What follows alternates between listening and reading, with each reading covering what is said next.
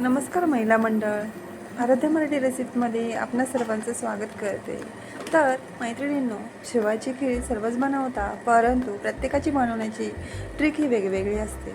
मैत्रिणींनो, जेव्हा घाई असेल ना, त्यावेळेस फक्त अगदी साधी सिंपल पाहुणे जरी आले तरी त्यांना आवडणारी अशा पद्धतीची ही शेवयाची खीर नक्की बनवून बघा.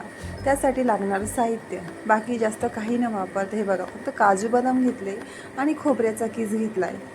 इतकं जरी असेल ना तरी खूपच छान ही खीर बनणार आहे. तर बदामाचे काप आहे ना मिक्सरच्या भांड्यामध्ये बरेचसे बारीक करतात किंवा खलबत्त्यात कुटतात. तर तसे न करता आहे ना अगदी म्हणजे ॲट्रॅक्टिव्ह वाटतील हे खिरीमध्ये अशा पद्धतीचे याचे सपाट सपाट असे कट करून घ्यायचे, म्हणजे ते दिसायला खूप छान दिसतात आणि पाहुणेही खुश होतील. असं म्हणजे कुठली गोष्ट ॲट्रॅक्टिव्ह असेल ना तर त्याची ना मजा वेगळीच असते, दिसायलाही आणि खायलाही. तर अशा पद्धतीने कट करून घ्यायचे. काजूही अशाच पद्धतीचे कट करायचे. आता त्यानंतर इथे कढई ठेवली, कढईमध्ये तूप टाकून घेतले. आता तूप टाकल्यानंतर त्यामध्ये लगेचच शेवया परतून घ्यायचे. त्याचा थोडासा बारीकसा असा त्याचा चुरा करून घ्यायचा.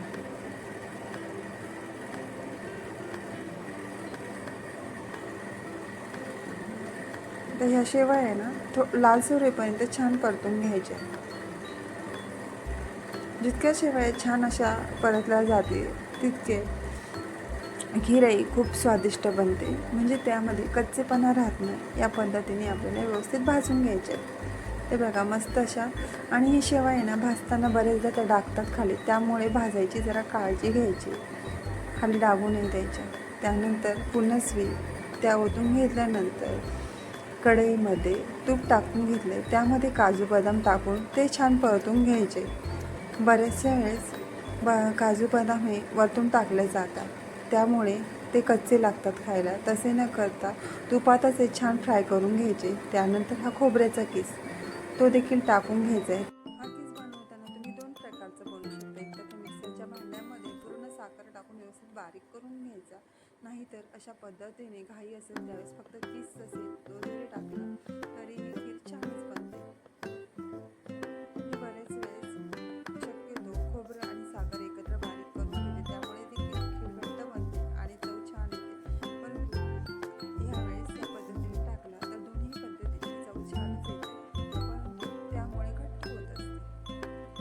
आता इथे छान हा किस देखील परतून झाला. आता त्यामध्ये दूध ओतून घेऊया. हवं त्या प्रमाणामध्ये यामध्ये दूध ओतून घ्यायचं. आता याला सुद्धा छान अशी उकळी फुटू द्यायची. त्यावरती 5 मिनिट. आता त्यामध्ये लगेचच भाजलेल्या शेवया टाकून घेऊया. तर हे बघा या पद्धतीने मस्त चुरा करून टाकायचा.